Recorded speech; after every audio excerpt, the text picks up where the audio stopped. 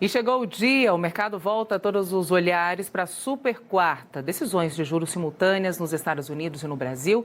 Lá nos Estados Unidos, o Fed já encaminha mais um corte de juros. Aqui no Brasil, o Copom, pelo menos até agora, deve manter a Selic em 15%. As decisões e, sobretudo, os comunicados, que acompanham essas decisões podem definir os rumos dos investimentos, do câmbio, da atividade econômica. Isso tudo já prevendo 2026. A gente vai conversar com o Marcos Praça, diretor de análise da Zero Marketing Brasil, Markets Brasil. Tudo bem? Bem-vindo, bom dia.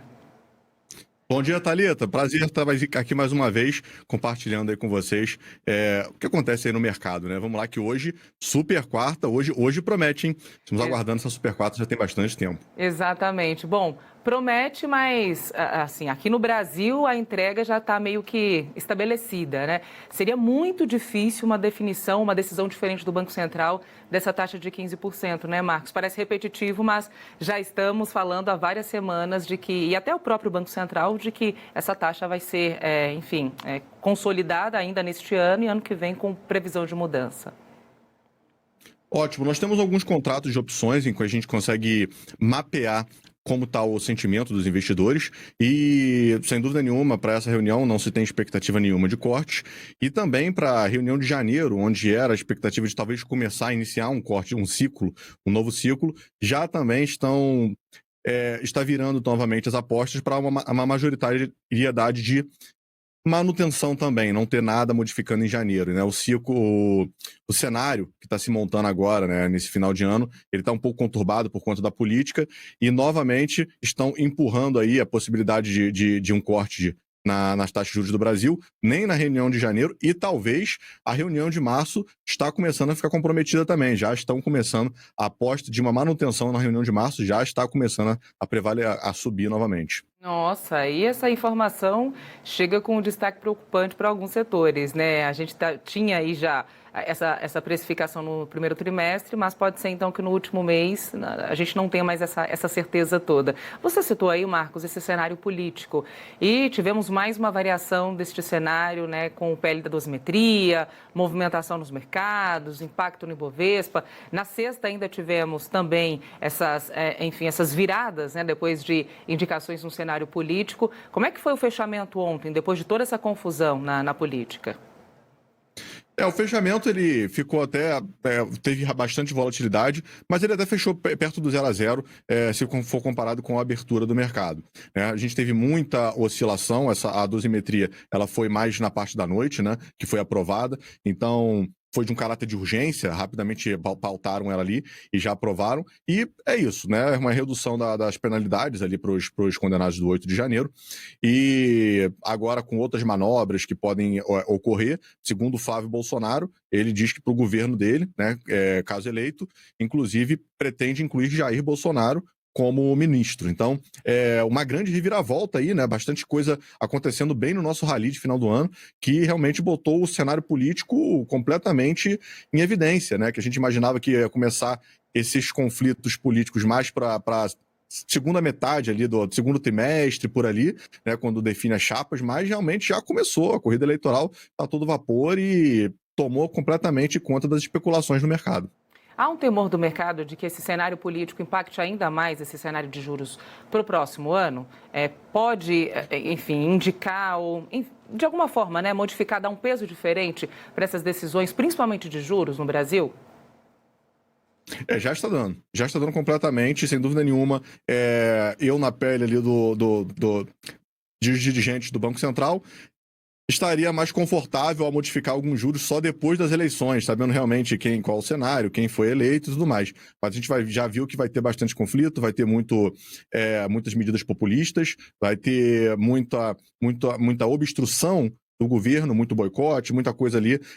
A gente está vendo que o conflito político vai ser intenso novamente e, sem dúvida nenhuma, não é um cenário muito bom para decidir, para tomar alguma decisão de juros, porque depois, dependendo do que acontece, pode ter que finalizar o ciclo de baixa, ter que retomar um ciclo de alta. Não é um cenário confortável para mexer nos juros, sem dúvida nenhuma.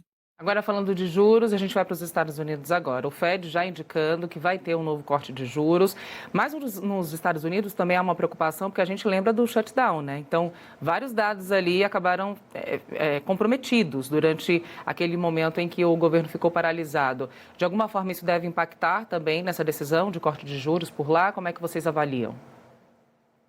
Impacta muito porque o Jerome Powell, no último discurso dele, inclusive, logo depois do último FONC, ele falou, inclusive, que como não se tem dados, ele fez uma alegoria ali com uma questão de dirigir na neblina, né? Já que não tem dados, quando a gente está dirigindo na neblina, a gente tira o pé do acelerador, ou seja, não modifica nada, não toma nenhuma decisão sem dados para embasar. E ele sempre foi bem direto em dizer que vai decidir reunião a reunião com os dados. Sem dados, como é que funciona? Então a gente teve um PCI atrasado, né? A gente tem agora um payroll que não teve o payroll de outubro, não vai ter.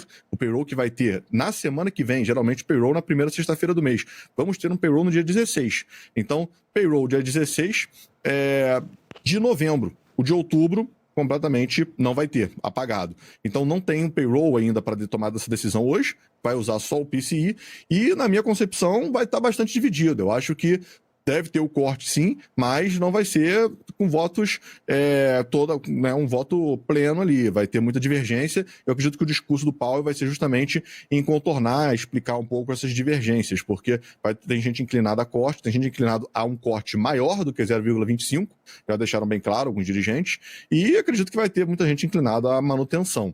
Agora, a dúvida que fica é para o próximo ano, né? Será que ele deixa algo entender de como vai se comportar os juros nos próximos anos? Lembrando que o presidente, aí, o Donald Trump, já sinalizou que vai botar alguém novo no lugar do Jerome Powell, e essa pessoa, a prioridade é estar alinhada a cortes de juros. Então já temos uma expectativa de mais cortes por conta disso também.